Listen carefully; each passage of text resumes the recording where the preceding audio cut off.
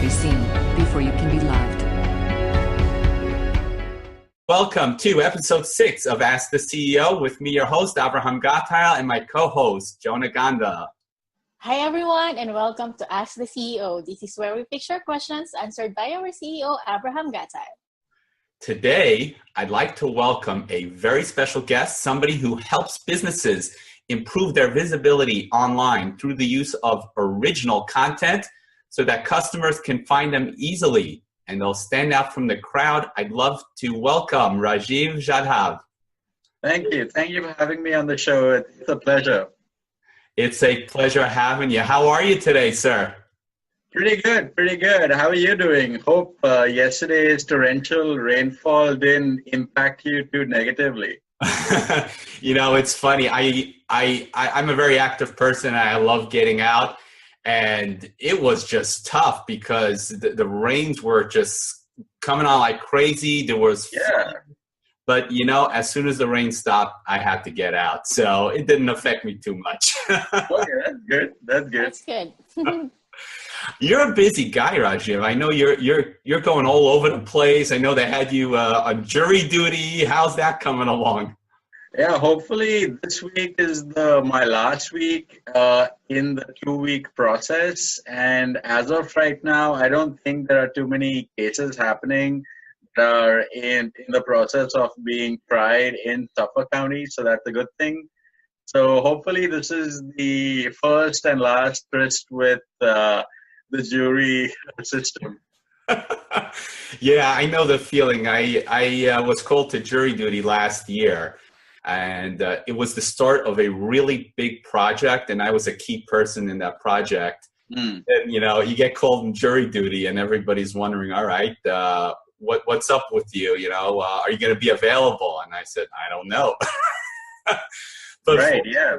You know, I come down there, and there's a big room full of people. They had me sit down, sat there for a half a day. Then they told me, okay, we've got our jury. You can go home, and sent me home with a certificate that I completed my obligation. I'm good for something like 6 years. Correct. Yeah, it's the same thing with me. Hopefully, you know, I'll be done this week. I had to go in on Monday. Haven't yet had to go, and I hope that continues. Great. Yeah. So Rajiv, I know you do awesome work helping businesses. Tell me a little bit more about it. You know, how do you do that? What are your specialties? You know, just basically how you help people improve their visibility. Sure. So basically the research shows, and when I say research, I'm referring to third-party reporting from Nielsen, ComScore, etc., Quantcast, you know, industry experts, benchmarks, because they're the ones that produce the key research that is used by most clients, as well as big agency groups as well, like Mindshare or Ogilvy, Leo Burnett, companies like that. And the data suggests that people in this digital age that we live in, most customers will go to Google and perform a search in an attempt to find a business or a service that they want to consume.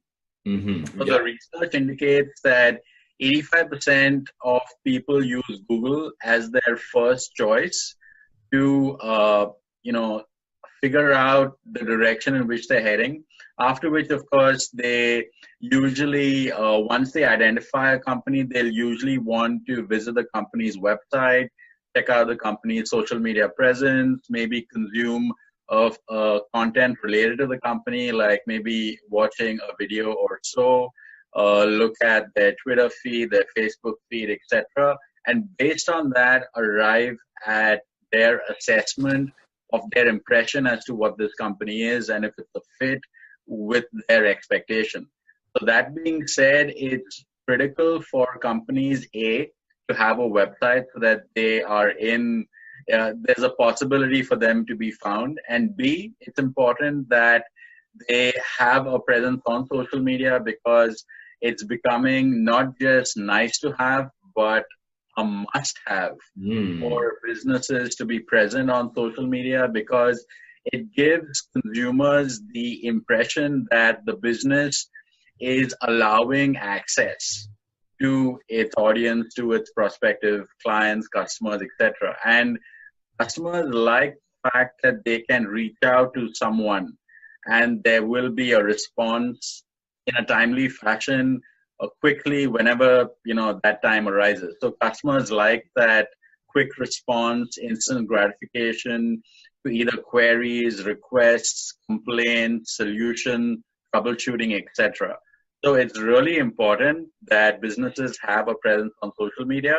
And of course, C is the C in my ABC trilogy is that businesses invest in what is called SEO, or search engine optimization.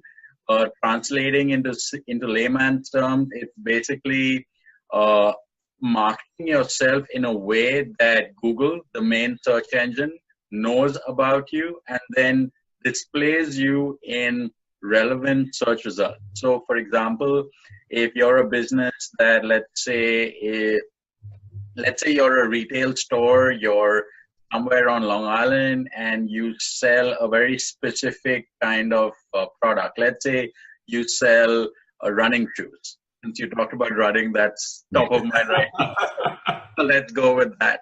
So let's say they sell running shoes and these shoes, are wide-toed and excellent cushioning, and they support the foot when you're running across varied terrain, whether it's the road or cross country or up a hill or on your treadmill or whatever, or up a flight of stairs, So these shoes support you really good. Now, the former adage of if you build it, they will come doesn't apply because the market has become incredibly crowded. So it's really important for A, the customer to find out that you exist, and B, for them to consider you amongst the varied choices. So in order for this business to get itself out there, they of course will need to create a website.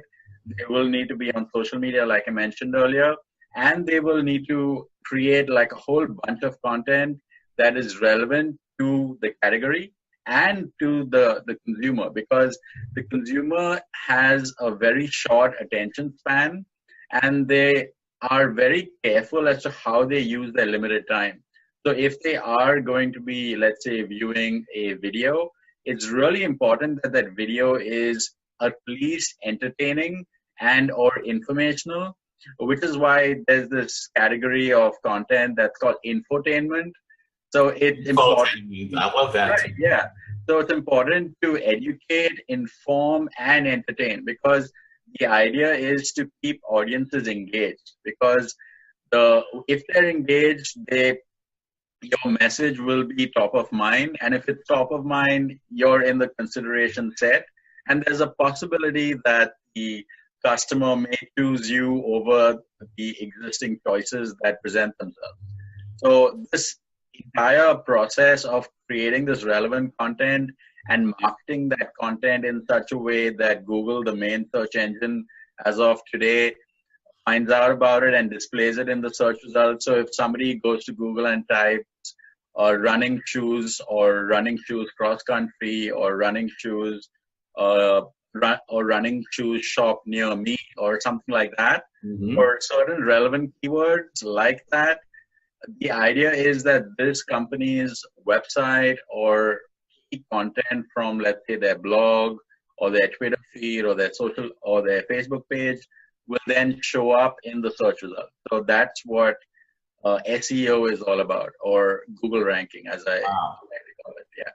Yeah, and Rajiv, I'm really blown away by this because there's so much that I just learned, and if you think about it, and I love the way you translate this into layman's terms, because so many people come out there and they just start throwing buzzwords and people are going, SEO, what is that? And why do I even need it? And what you've done is you've helped define not just the technology and the process, but why a business needs it.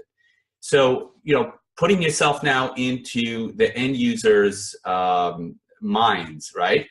So imagine this. Imagine you have a business and you put all your energy into building the best products. So let's take running shoes, right? Right. And you've got the world's best running shoes, and you have a website that you built. You paid your teenager $200 to build it, and for some reason, nobody's coming. Like, nobody's buying. I don't get it. I have the best running shoes on earth, and they could be the best running shoes, but why doesn't anybody buy it? And what you've done is you've kind of mentioned something that sounds almost like hacking into Google, although playing by the rules, right? You're almost like hacking into Google and making Google bring you up first. So then when people type in running shoes, they get your running shoes and not, the 50 million brands of running shoes. Yours comes up on top.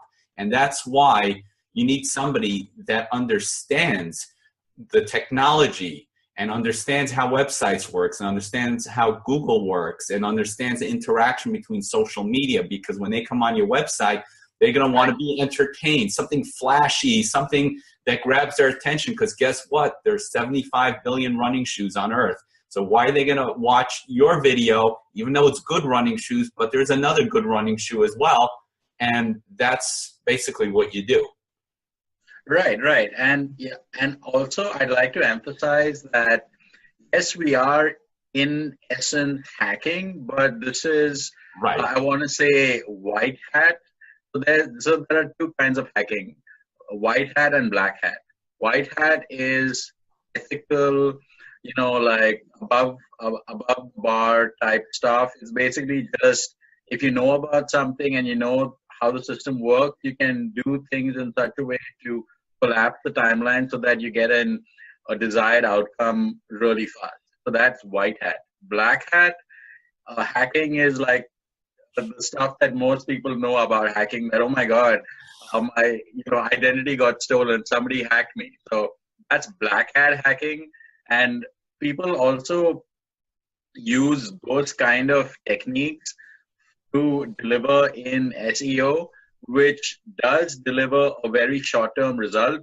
But I must emphasize that the result is extremely short-lived, and the risk is that Google is going to find out about this pretty much as soon as you do it.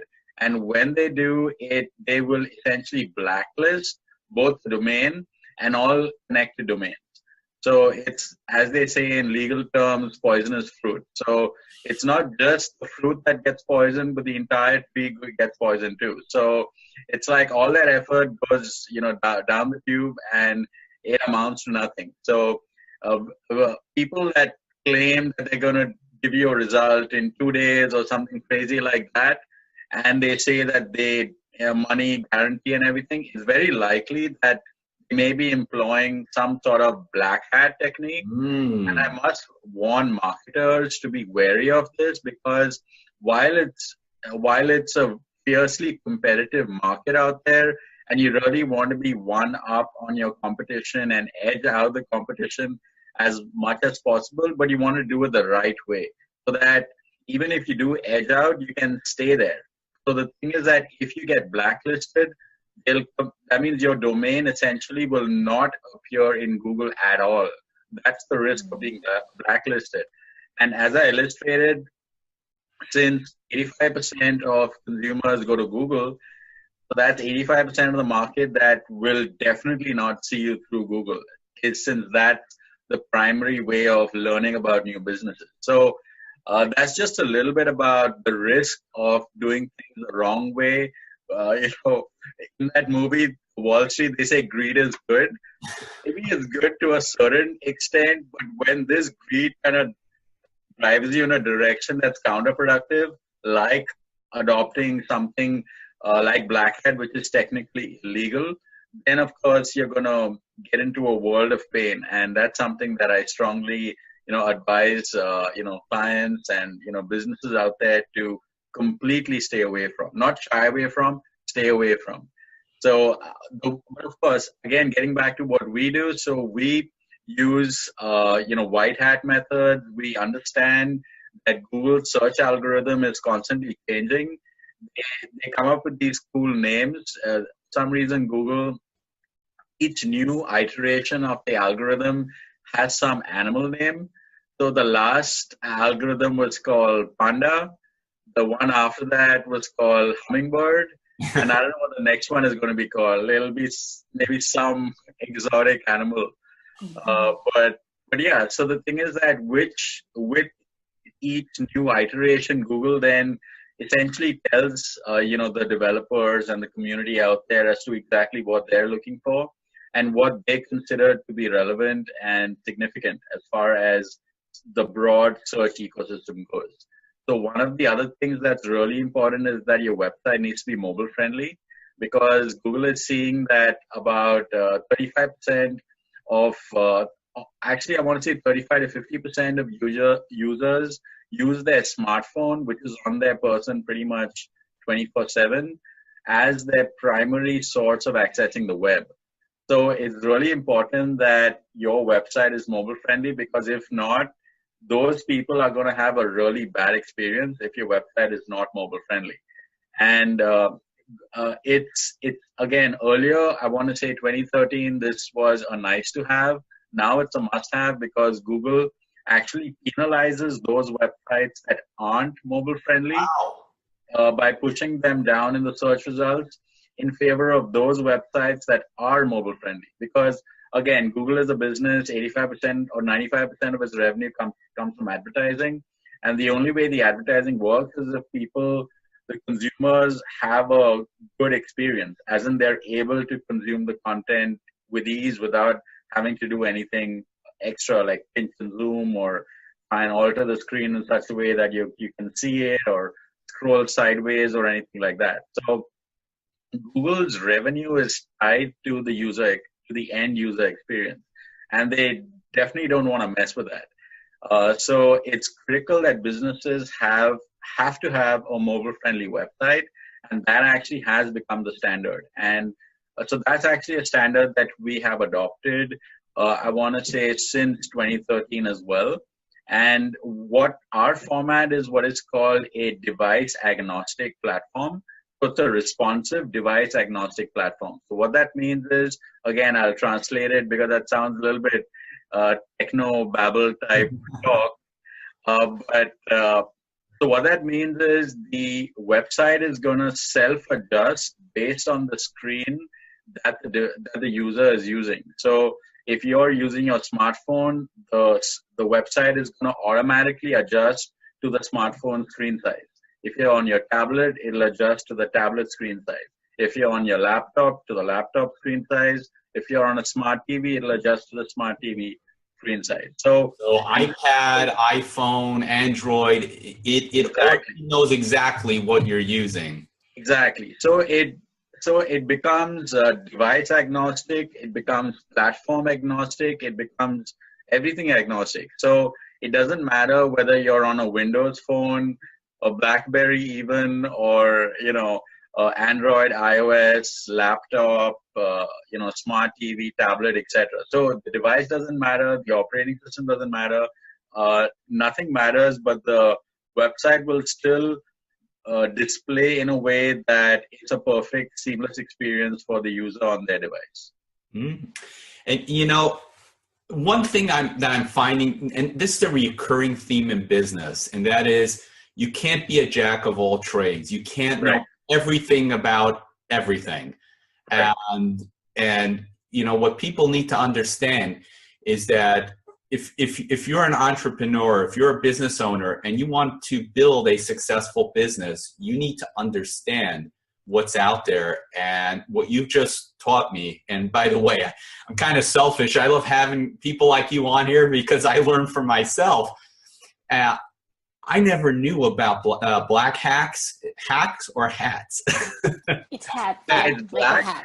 hacks. Hack, like a hacker, right? Exactly. Yeah. So I never even knew that existed. So in other words, I could have been working with a company if I didn't understand to look for that. They could be doing stuff like that and then really hurting me because Google would keep pushing me down when I want to go up.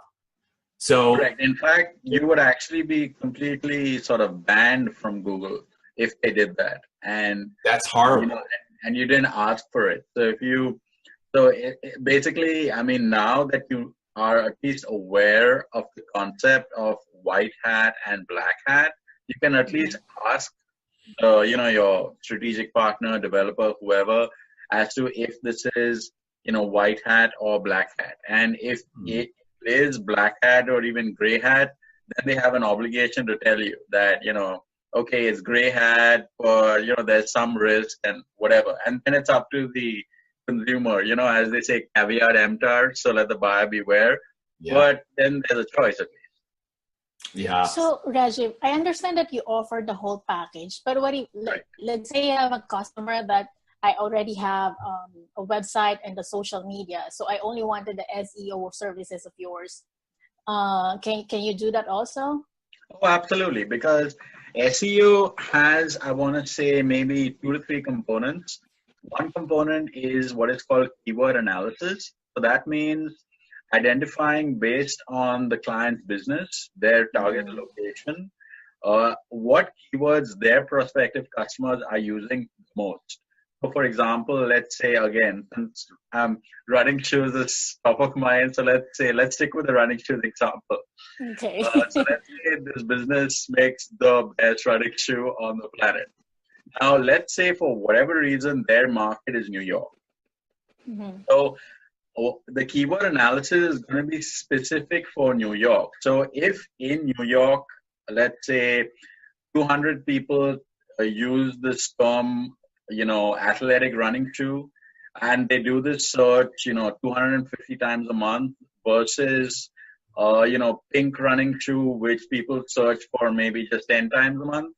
So this research is something that we can perform and find out and let the client know, so that this information, when it's placed in front of the client objectively, they can then take a decision as to, do they want to be present in that 10 searches a month, or do they want to be present in the 250 searches a month?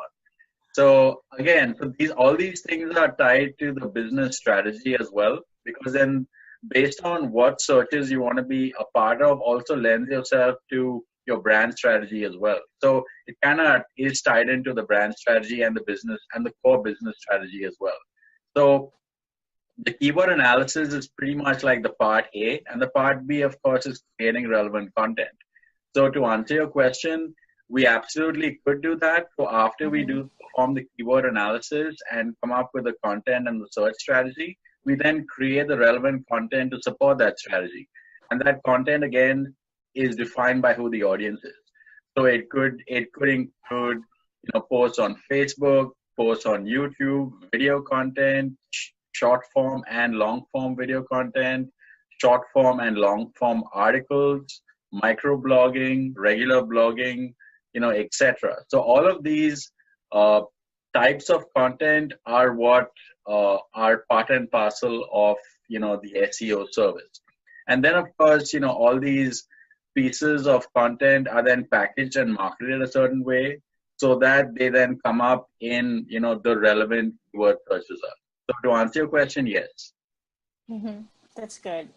So basically, you can customize services for customers. Correct. Yeah. So regardless of where the client is in their life cycle or in their needs, so even if they have a website, they have social media, we can still help them with, the SEO and the content creation. And even if they have an existing SEO program, we can still help them even with creating that custom content as well, because we're really expert in creating video content. And even video content has become very, very diverse, because you have regular video content, you have interview style video content like we're doing right now. Then you have animated video content, those famous doodle whiteboard videos. And we have those kind of videos. And we have, then traditional animated videos as well. So we have all that stuff going on. And all of this are the various kinds of video content that we can create and produce. And again, it all depends on what is relevant to the client's business. And of course, more importantly, the kind of audience that the business is trying to engage with. It all depends on that. Right. Wow. Thank you for that information. That is really helpful. And that was very helpful. And one thing I heard you say several times is the word relevance. And that's something that we need to keep that in mind. So help me understand. So if I have a business with a client base in New York, I have a client base in, let's say, Chicago. Okay. And we're selling running shoes. And in New York, it's called athletic running shoes. And like you said, 10% of the time you have the female audience looking for pink running shoes, and 90% of the time they're just looking for athletic running shoes. In Chicago, they call them running sneakers.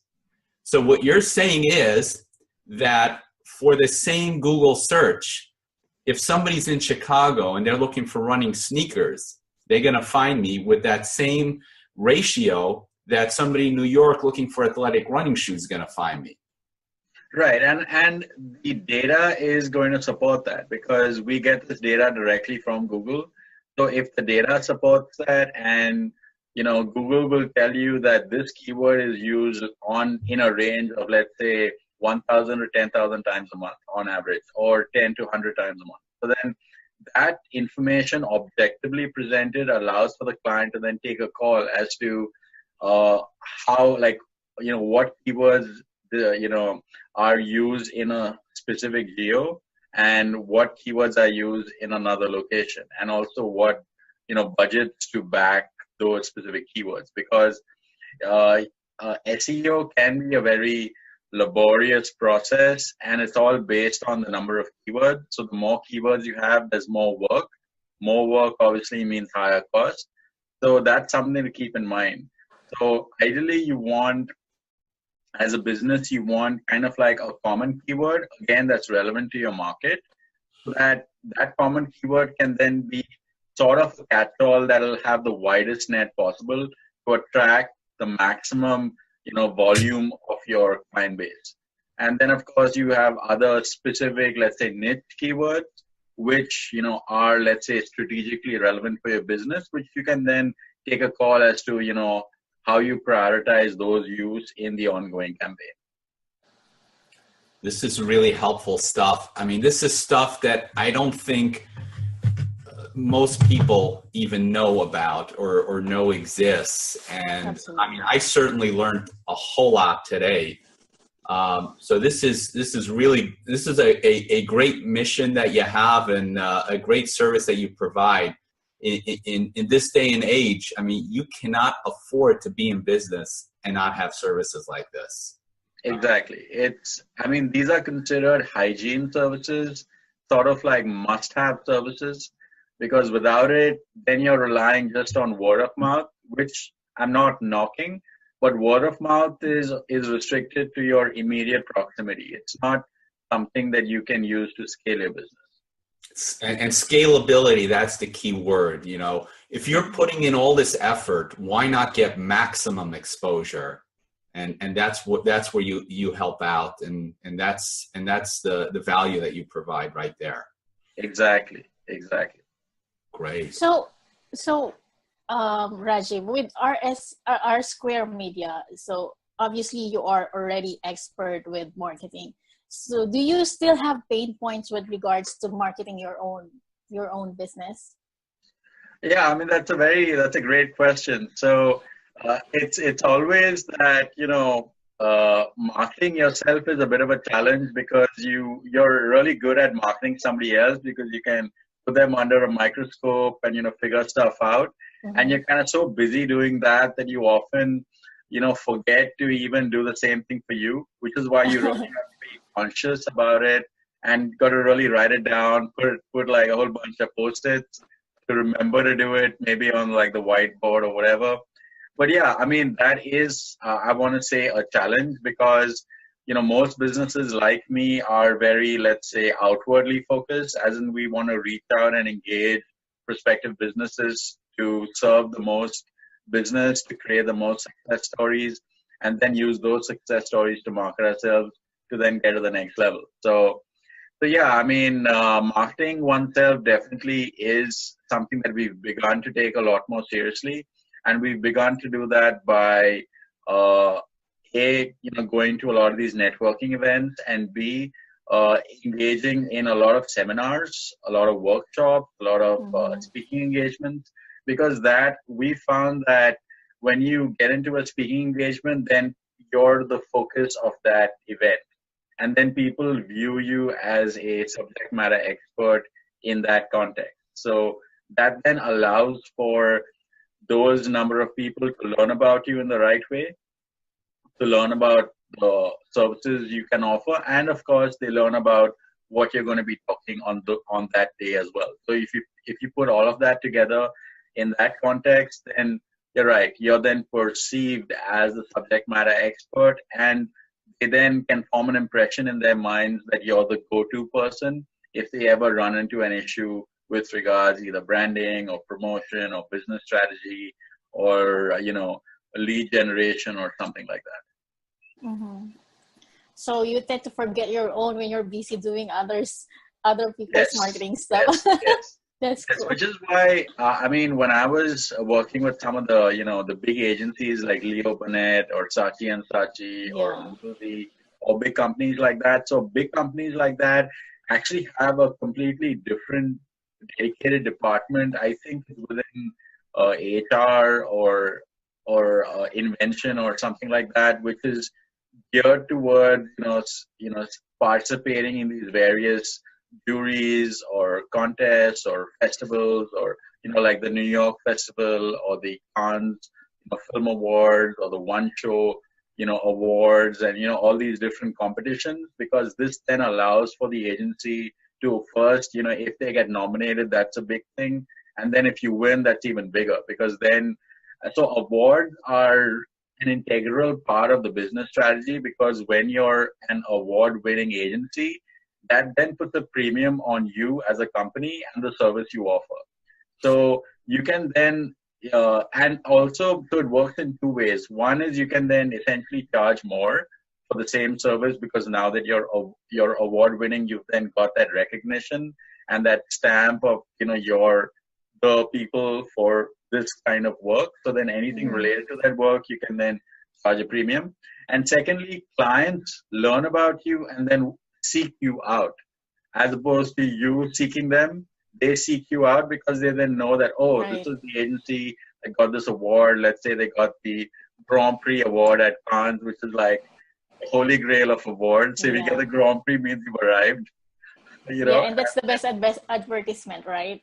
Oh yeah. It's like everyone is going to be hounding you to either hire you or if you want a consulting assignment or anything like that.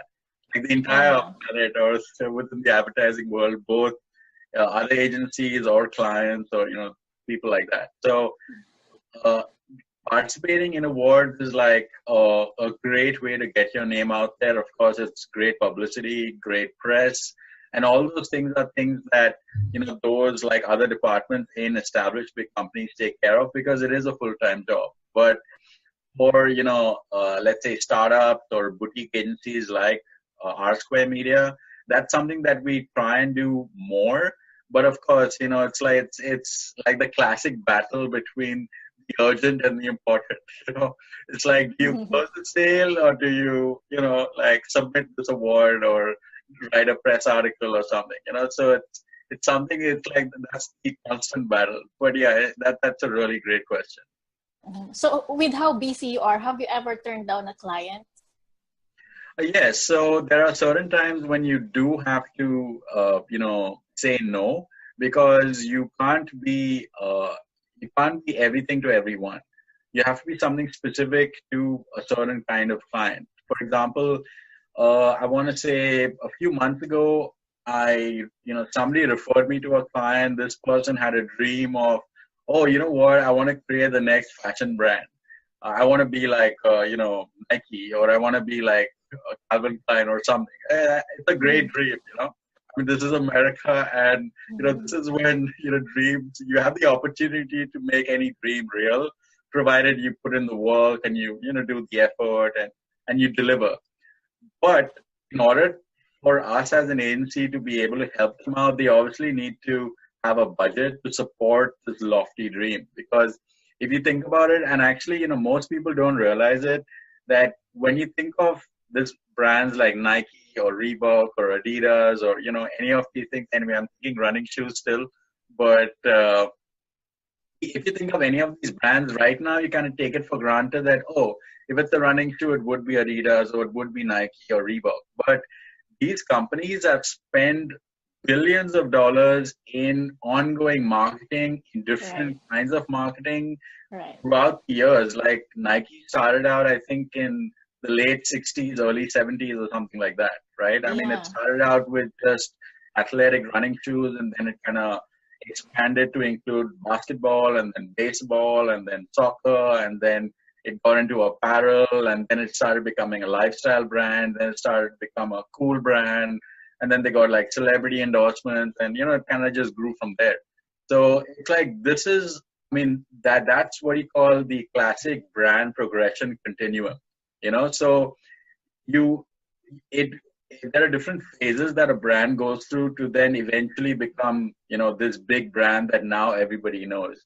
I like to quote this phrase from one of the athletes that I'm a fan of. His name is Lionel Messi. He's a soccer player that plays for Football Club Barcelona in Spain. And in one of the interviews, he said that he had to work tirelessly for 20 years to then become an overnight success. So what that means is you got to work for like 20 years to put in those sweat years and all that to then achieve something, so that at that point people then learn about you. So it's something that takes a lot of time, and obviously because of that time you require that investment for a partner to be able to back you on that entire journey. So case in point, this client, he had this dream, but he absolutely didn't have a clue as to what it takes to achieve this dream. And when he learned about it, he didn't have the budget in place, and we obviously could not work with him, even though we really, really were excited about supporting him and working with him. Mm-hmm. Wow. You turned down a client, huh? Yes, we had to. We had to, because, it's like time is one of these, time is the only resource that's extremely scarce. So you don't want to waste it in a way that it's not going to yield a proper result, because I'm responsible to my, stakeholders as well. So you have a limited amount of time. Yeah, you want to pick and choose, as they say, pick your battles, and you want to be as productive as possible. Mm-hmm. So what productivity tool that you use in your everyday business? I'm sorry? Yeah, do you use any productivity tool or software? So to help you with your busy days. So we do have an intranet that has a CRM built in that we are able to prioritize. It's something similar to Salesforce. So that's something that we use. I also use Google Keep Calendar. I actually rely heavily on Google Calendar. That allows me to add both upcoming meetings, recurring meetings, planned meetings, as well as, key follow-ups as well. So that's something that helps me, prioritize, every day, on an ongoing basis. Okay. Thank you for that information. That was really helpful. So I'm sure other people will take a look also on those software, so maybe they can help. Right. And I mean, these are things that people can access, and they are free for the most part.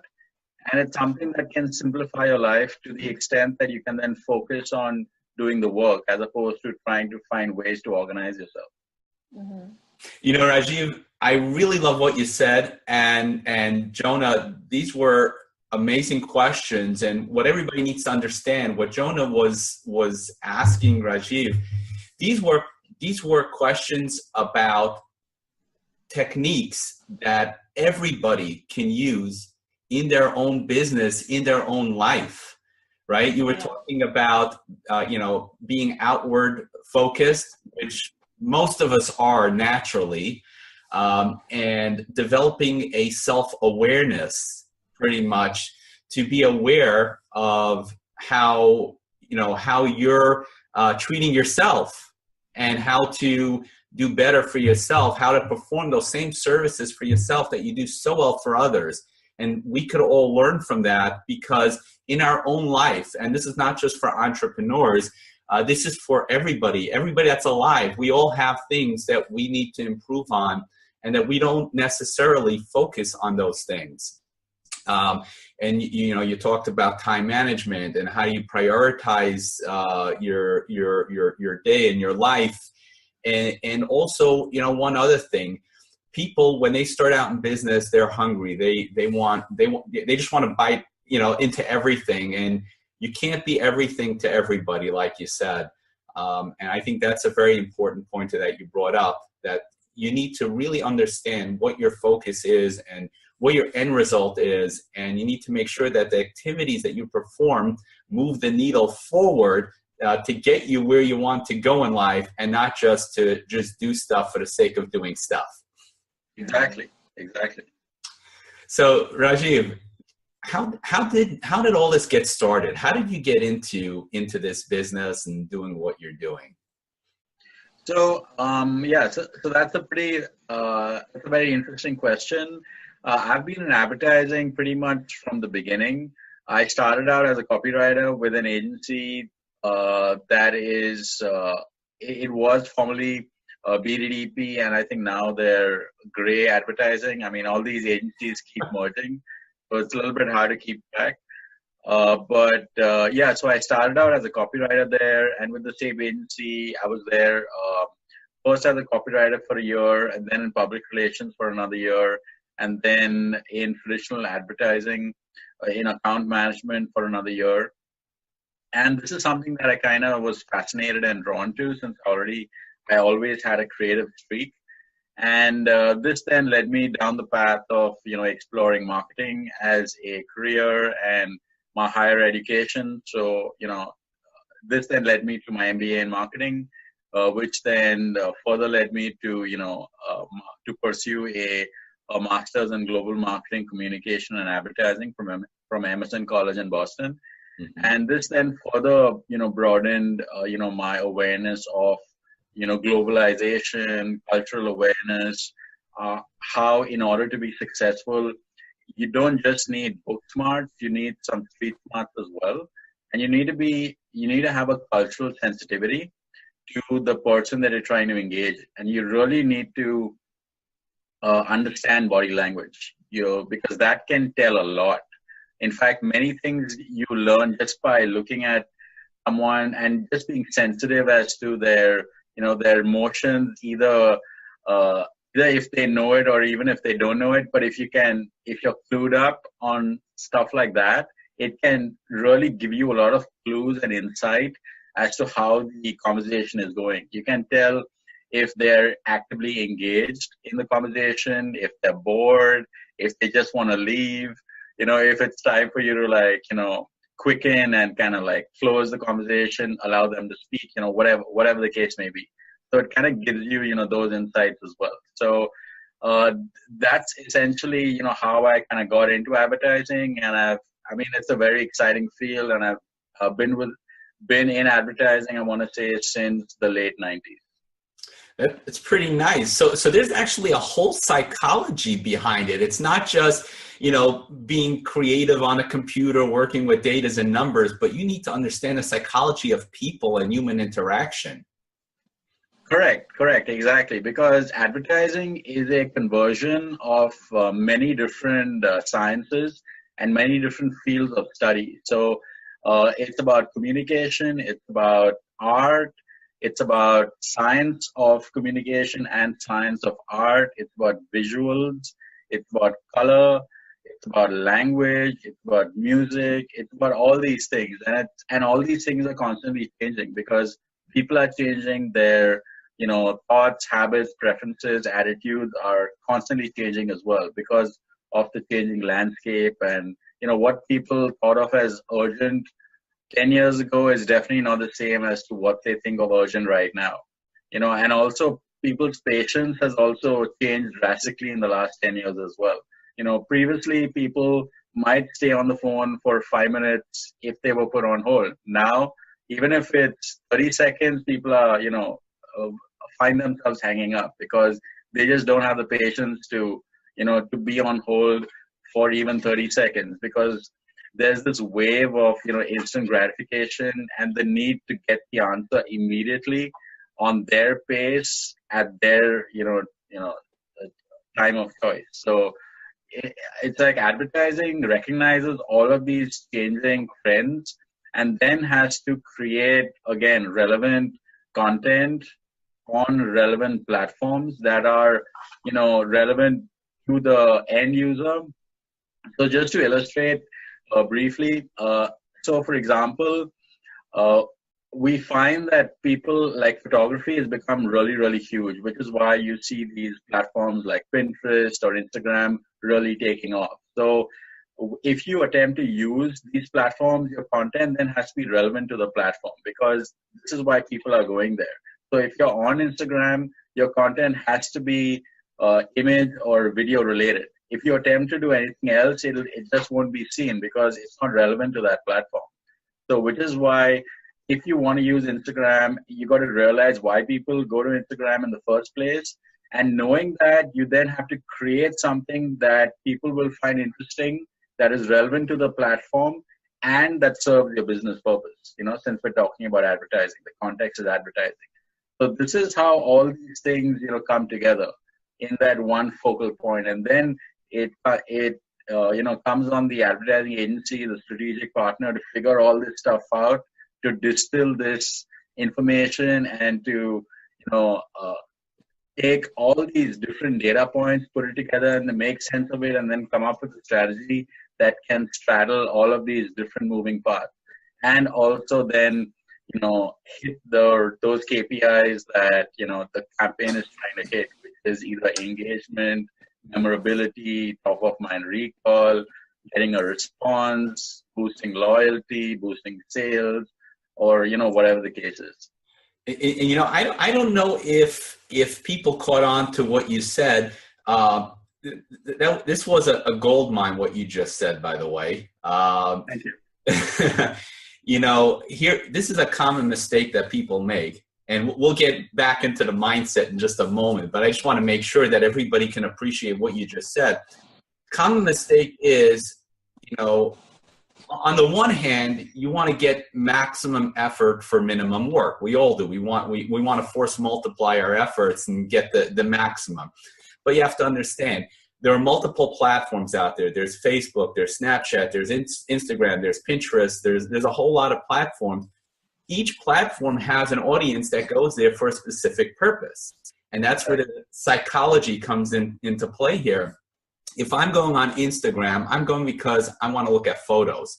I don't, so I need something, or in order to get my attention, you would have to have a photo that's set up in such a way that it grabs my attention instantly. If I'm going on Snapchat, you're going to have a 10-second clip or something like that.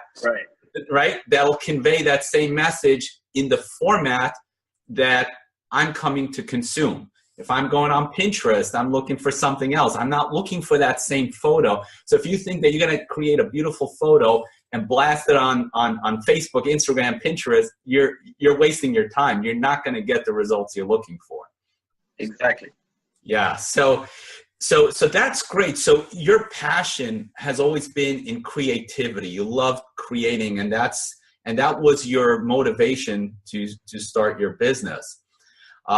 During the early days when you were just starting out, what were some of the ups and downs you were experiencing? Both business-wise, emotionally. What were some of the thought processes that were going on that helped you get to where you are today? So, I'd just like to add that aside from the creativity, I also had a, inherent, sort of passion of helping people and helping people reach their goals, achieve their dreams. So putting that and creativity together, it kind of formed, I guess, the perfect storm of a great solution that could, benefit both me and the client. So some of the, the biggest, I guess, challenge was, do I start? And when do I start? And then, of course, you really have to essentially take the plunge and just do it, not to do any copyright infringement on Nike, but you just have to do it. You just have to take the plunge. You have to start. Yeah, you got to start now. What was your decision? What was that decision that led you to start? I'm going to start a business as opposed to continuing my job. Right. So it's a mixture of having a dream of always having my own shop. Since I've worked in advertising for many years and I understand the business and understand the structure, I understand that it's essentially creating an asset, and the exit strategy. The dream is to create it, a certain way to a certain level, and then have that be either merged with a bigger company or being bought by a bigger company. So it's like the creation of a product that let's say sold to Yahoo or sold to Microsoft, something like that. So it's a similar process of, creating something, and then, this agency, RSquare Media, was recently acquired by JWT or Ogilvy or, one of those. Then that becomes like, wow, okay. So because the only reason why a big established company like that would think of acquiring, let's say, a boutique agency like RSquare Media is if it saw some niche that RSquare Media was expert at, which would, complement its existing, agencies that it has in its group, and also gives it access to new markets that it previously did not have access to. So this was, let's say, the dream that kind of led me to down this path of creating, my own shop. And of course, on the other side, it's about just the satisfaction of being your own boss, being accountable to yourself, and essentially holding your destiny in your own hands and not leaving that to an employer. Because, in America, I've found, I don't know, pardon me for being, slightly cynical or, for a moment being cynical, but people, I've found, at least in my experience, that people are often very easily replaced in traditional jobs in America, whether it's in manufacturing or in office or in, service industry, retail, whatever, most industries, people are very easily replaced. And the culture has come to a point that employers don't think twice to either get rid of, someone, and it's also done in a very, almost comically cold way, in the sense that, the employee who's been terminated, one day, the way they find out is they come into work, it's just another day, and their key card doesn't work. And they're wondering, like, why is my key card not working? And then they look and they see there's a box there. And the box has familiar content. And they're wondering, like, what is my stuff doing in the box? And then that's how they find out that, I think I've got the pink slip, So that's kind of like, how it's become, today. And of course, the idea is, it's not like that scares people, or that's the reason why, that's the main reason why I started my own company. But that's the trend right now. And that's why there are so many new entrepreneurs springing up, because they're tired of that kind of status quo of letting somebody else control your future or somebody else hold the, the reins of your destiny.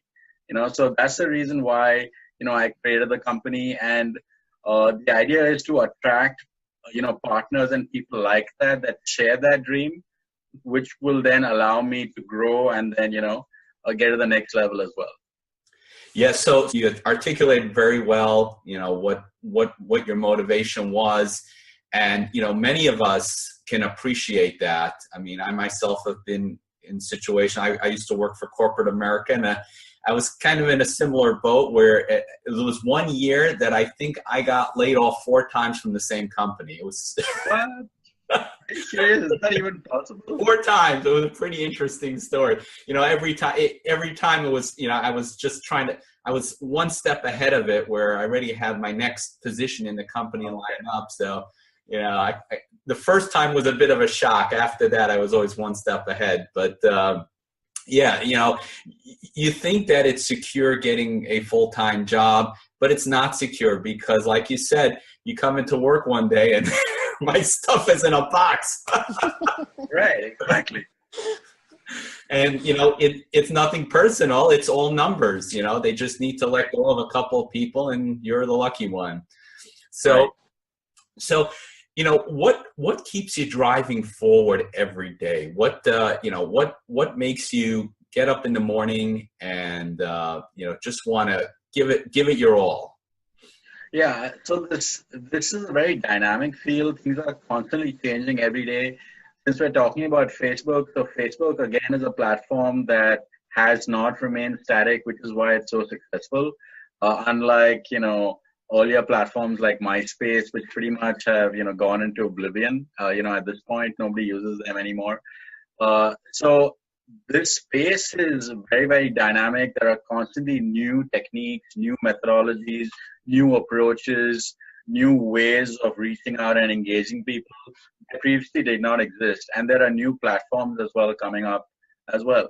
So this actually keeps things really, really interesting because it kind of makes me have to learn constantly every single day to keep up, and not just keep up, but be ahead of the curve. Like in your example, you were one step ahead of, the trend. You know it was coming, and you had to prepare yourself, and you had to be constantly on the ball. So that's exactly how it is. And I like to give the example of a shark. So you have to be like a shark. So the shark is the only animal that it's constantly moving throughout its entire life because its motion is directly connected to its breathing. The moment it stops moving, it actually, so for example, if you've heard this thing about if you ever flip a shark from how it is onto its back, it goes into this kind of like a trance. And if it stays in that state for an extended period of time, it actually, its respiration stops and it essentially dies. So the shark, in order for it to live, it has to constantly keep moving. So that's like, similar to how I look at things. In order to survive and be successful, you've got to be constantly moving. You got to constantly move forward, surge ahead, be ahead of the curve, ride the wave, and of course, embrace challenges because there are opportunities in disguise. Beautiful. So you keep educating yourself to move forward. Have you ever heard of the book, The E-Myths? What you basically said is very similar to what they talk about in that book. The book is it's all about the right way to build a business, and it talks about IBM. And there's this one piece about how the founder of IBM once said that he envisioned the whole picture before he started the company. So right, visualization, yeah. That visualization. So you're looking at IBM. It's this huge monster. They're global. They make pretty much everything, your computers. And he envisioned all that. And, you were talking about how you visualize your business, how it's going to get to a certain point, and, you want to bring in partners, and you want to sell it, and, you want it to create a certain package. And that's your motivation to move forwards. And in order to reach your goal, the activities that you're taking is that you're educating yourself. So by having that goal, you're able to work towards that goal, and you put in that effort to go on a daily basis. So where do you think entrepreneurs go wrong? As you know, I think there's a statistic of something like 85% of businesses fail in the first year, and the second year, or the first 5 years, and then the second 5 years, there's another statistic. So where do you think entrepreneurs go wrong? I think it's essentially when they convince themselves that they much rather go back to the security of a regular 9-to-5. That's when they kind of psych themselves out about, because being a business owner, being an entrepreneur, is dealing with a lot of uncertainty, because you don't know what's coming down, what's coming down the line. You don't know what's around the corner. It could be a huge sale. It also could not be a huge sale. So it's kind of like coming to grips with that, and also being motivated in that entire process. So there's, as they say, the entrepreneur is a very unique hybrid of type of an animal, you know. So he or she is that kind of an animal that actually thrives with this level of uncertainty, this level of fluidity in the market, and you know, things constantly changing. So when an entrepreneur finds himself or herself falling out of sync with this, you know, the way things are, that's when they traditionally, you know, give up or say, you know what, this is it, I can't hack it anymore. I don't want to do this anymore. It's too stressful. I'm losing hair or whatever, you know. So yeah, so I mean, that's usually when they quit and they say, you know what, I'm just going to get a job or whatever, you know. So the biggest challenge is to stay focused, and it's to stay motivated, to stay enthused with the entire process, and to continue your dream, because this is your dream. It's a very personal thing. And once you lose sight of it and you just, you know, become, you know, jaded by, let's say, a few, you know, setbacks, then that's the end of the road. So the best, I guess, way to overcome that is to just constantly remind yourself as to why did you do this to begin with, and ask that to yourself, answer it, and then, you know, press forward. If you could rewind the clock, let's say 12 months, would you do anything differently? Well, the only thing different would be, you know, to maybe be more organized, I guess, be more productive. I mean, that's the only thing I would do differently. But aside from that, not really. Beautiful, beautiful. So, Rajiv, I know you're a busy guy. We're going to let you go in a few minutes. We're wrapping up here. Before we wrap up, where can people go to find you? Right. So the best way to find me is on my website, which is RSquareMedia.com. That's RSquare Media, MEDIA.com. Or they can call the office number, which is 646-249-3561. They could also shoot me an email, which is Rajiv, RAJIV, V for Victor, at RSquareMedia.com. So I live on my email, as do most other people, and I check it constantly every couple of minutes. So if you shoot me an email, chances are that you'll get a response either immediately or in an hour or so, depending on if I'm in a meeting or driving or able to send it. So that's the best way to get a hold of me. You could also visit our Facebook page, which is facebook.com/RSquare Media NY, as well as our YouTube channel. And there are links to all of those on our website, which I said, which was RSquareMedia.com. Great. And we're going to put that in the show notes so that people can look that up, click the link, and get straight to you. One last thing. Are there any words of wisdom that you'd like to impart the audience with? I know the past hour was words of wisdom, but, you know, perhaps maybe a question. Yeah, I mean, the question is, like, if you're asking yourself how to change your circumstance, the solution is actually within you. Yes, you can use a subject matter expert to help illuminate, you know, your special situation or predicament or whatever the case may be, but the solution is within you. So you need to find that solution, and that is the key to unlocking your true potential.